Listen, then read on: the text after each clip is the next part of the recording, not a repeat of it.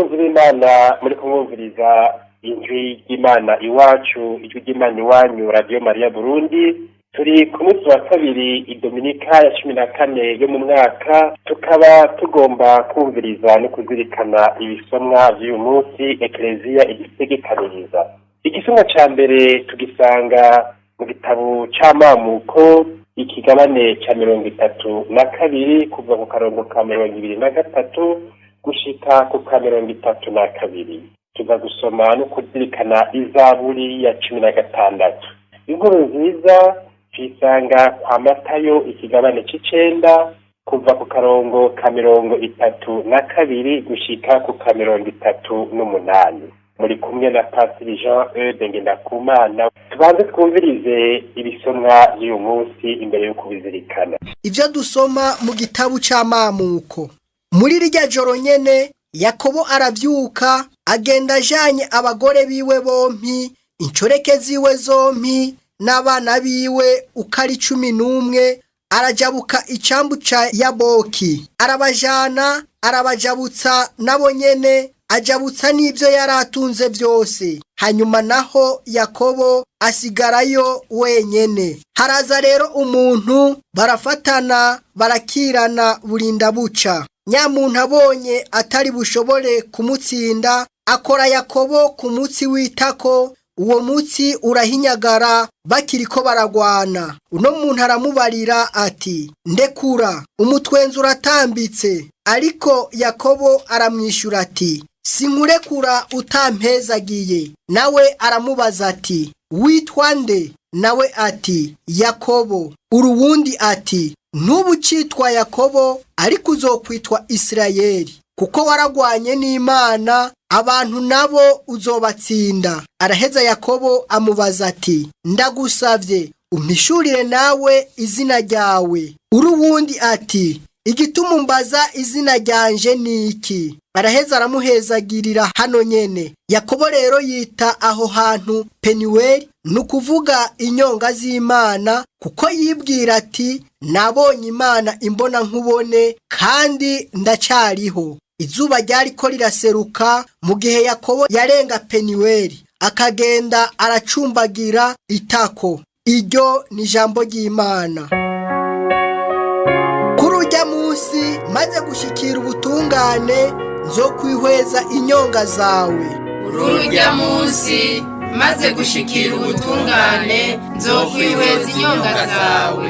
Mukama, umviriza urubanza rwanje, ntega amatwi ndakuborogere, umviriza igisabisho canje, kuko akanwa kanje kazira kubesha. Urubanza rwanje ndaruzeye kuri wewe, wewe uzi kuraba ibitunganye.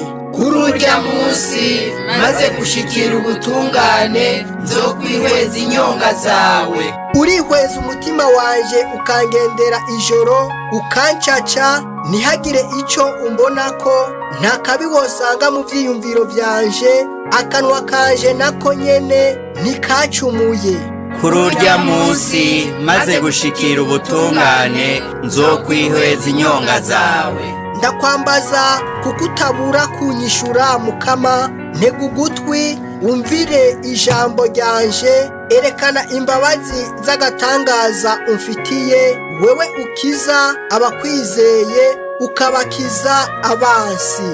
Kuri urya munsi maze gushikira ubutungane, nzokwihweza inyonga zawe. Nunzigame nk'imbonero y'ijisho, unkingire ikibaba, nanjye nzokwihweza inyonga zawe mu butungane, nikanguye naho nzohozagazwa n'ukukubona mu maso.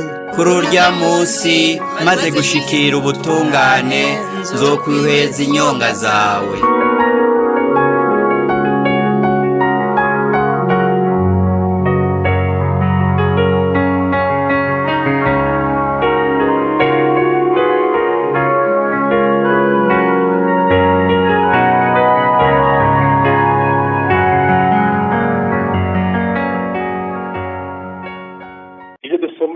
mu nkuru nziza Yezu Kristo yanditswe na Matayo.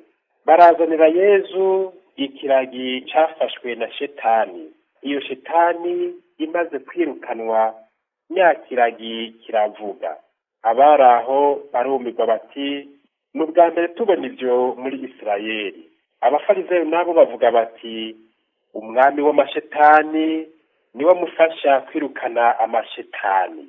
Yesu nawe yamagendera ibisagara byose n'imihana yigisha mu masinagoga asigura inkuru nziza y'ubwami, yongera akiza indwara zose n'ubumuga bwose.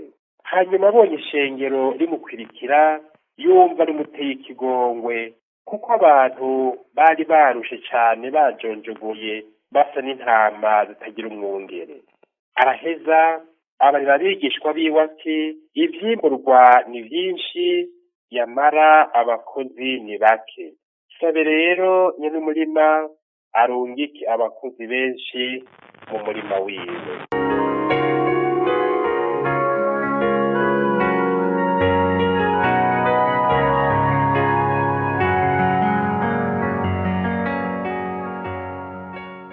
Bakunzi ba Radio Mariya Burundi, Ijwi iwacu, ijwi ry'Imana iwanyu, tuje kumviriza ibisomwa Eklezia dutegekanirije uyu munsi wa kabiri Dominika ya 14, tukaba tugomba rero tubizirikane. Imana yamiri hafi yacu kandi ikama itwitaho ku munsi ikategwa ikigongwe ingene abantu yarimye bamerewe nabi, bakeneye ubuzima, bakeneye kubaho, bakeneye ababarongora ari bo bungere. Inkuru nziza twumvise ya Matayo, twumvise Yezu ingene ubwa mbere abanje gukiza ikiragi cyafashwe na Shetani. Bavuze bati barazanira Yezu ikiragi cyafashwe na Shetani. Ikiragi bavukanyi tubanze tugaruke gatoyi kuri iri jambo. Ikiragi cyafashwe na Shetani. Twebwe abantu turaza kwa Yezu kwivuza, ariko ubuyi baramuzanye siwe yizanye. Yaragwaye iki? Yari ikiragi yafashwe na Shetani.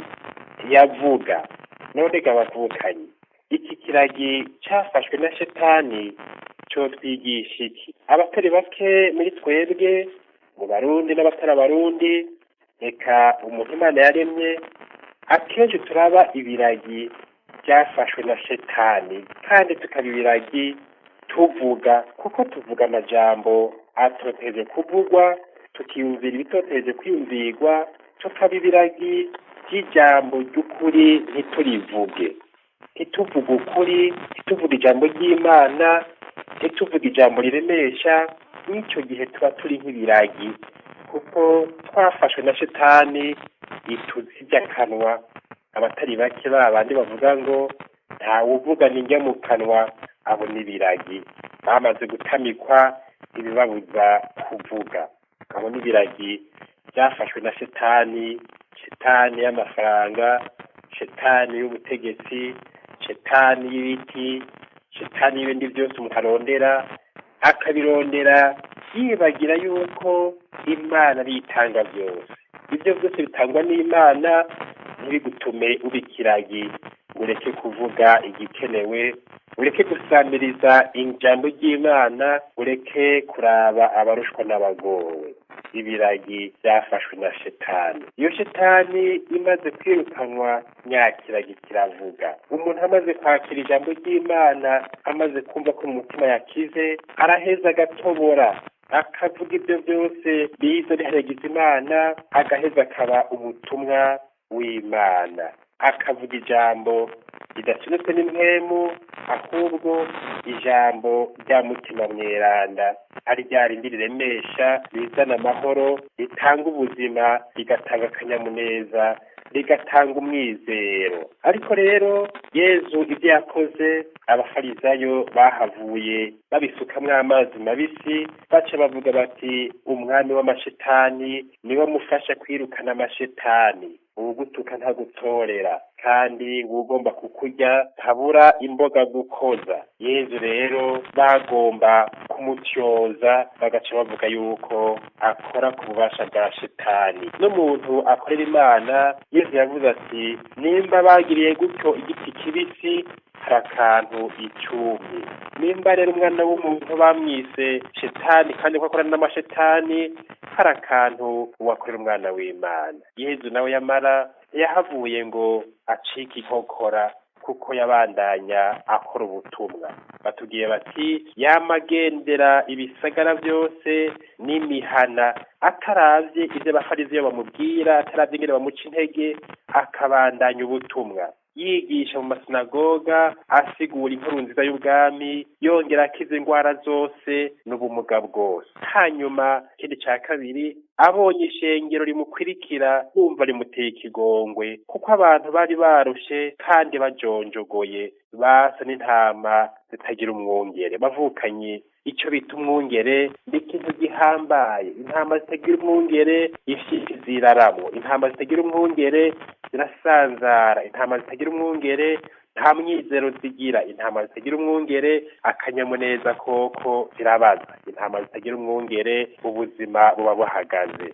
Nico gituma Yezu yavuga ati numva zinteye ikigongwe. Abo bungere Yezu avuga yarahavuye arabasiga. Ni ba batumwa biwe 12, ni ba bandi 72 twumva yarungika kandi kuri uyu munsi w'Imana, eka nabo bose bumva ijambo ry'Imana bakomezwa muri mutima mweranda, barungikwa gushingira intahe izuka rya Yezu Kristo. Nibo batumwa kuba bungere. Ariko rero muravyumva neza, araheza arababwira ati ivyimburwa ni vyinshi, yamara abakozi ni bake. Ko ivyimburwa ari vyinshi abakozi bakaba bake, ntadutumye kwishora. Oya, ntitwirare mu murima. Araduha inyishu ati saba nyene umurima arungika abakozi benshi mu murima wiwe. Nyene umurima ni Imana. Yezu umunsi yaje afise ikigongwe c'Imana kandi ni Imana nyene. None rero nitusabe nyene umurima we nyene azi abakeneye mu murima wiwe ukeneye gusarurwa, azi abashobora gukoresha ibikoresho vyiwe, aba ari we atora abaja mu murima wiwe, abaja kuba bungere. Nta wishora mu murima, nyene umurima niwe aheza akarungika abaja mu murima wiwe, kuko abazi ico abatuma, ababona abo bikora, kandi akavuga ati umurima wanje ukeneye abakozi aba n'abariya. None dusabe nyene umurima arungika abakozi benshi mu murima wiwe. Abo bakozi ni ba basaseredoti, ni ba abepiskopi, ni ba bihebeye Imana, ni ba bakristo beza baheze bagatorwa bagatorerwa ubutumwa, Imana ikabarungika gutanga ijambo ry'umwizero. Ba bandi baheza bakabona ububusho bukabatera ikigongwe, bakamera nka Yezu, bagendera ibisagara byose n'imihana, bigisha mu masinagoga, basigura inkuru nziza y'ubwami. Bakunzi b'Imana, uwo munsi n'umunsi wo gusabira abo bantu Imana yatoye, kandi kakaba kaje kugusaba dushimitse ngo irongike abandi benshi mu murima wiwe. Mu kwezi kw'indwi n'ukwezi k'umunani turabimenyereye kandi turabizi, n'amezi yahariwe itorwa, umuhamagaro. Ari naco gituma musanga imanza nyinshi zijanye no kwatira abasaseredoti, imanza nyinshi zijanye n'abihereye Imana, indagano n'ibindi ziba muri ayo mezi kw'indwi n'ukw'umunani. Bakunzi b'Imana, muri Radio Maria Burundi mwari kumwe na Patiri Jean-Eude Ngendakumana, abasezeye abipfuriza cane gusaba no kuronka abihebeye Imana benshi kandi beranda, abasaseredoti benshi kandi beranda, abamenyesha Imana benshi kandi beranda. Umurima w'umukama uronka umwizero. Abo bose bafise ubumuga, bafise ibiragi n'abadatambuka, cane cane abo bazingamitswe n'amajambo canke ibindi bintu bibabuza kuvuga ukuri, baronke ababashikira, babereke umuco, babereke ubuzima, babereke ukuri, hanyuma bose babohoke baninahaza Imana. Kw'izina rya Data n'irya Mwana n'irya Mutima Mweranda. Amen. Nimwumvire